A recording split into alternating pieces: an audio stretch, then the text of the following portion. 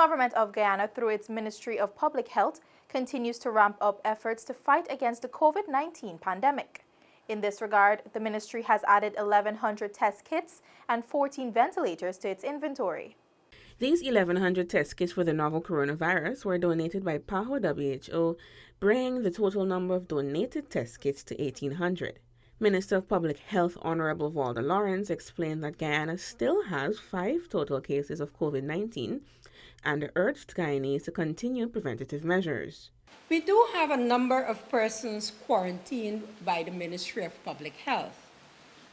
Under institutional quarantine, the number remains at 31, while those on home quarantine remains at 135.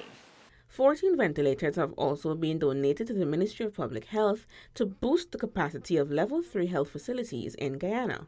These initiatives will help strengthen the fight against COVID-19 and keep Guyana safe. Region 8 stands out in its COVID-19 response as one of the most proactive regions. A logbook is now in place to record all visitors, name, contact info, travel history, medical background, destination, etc.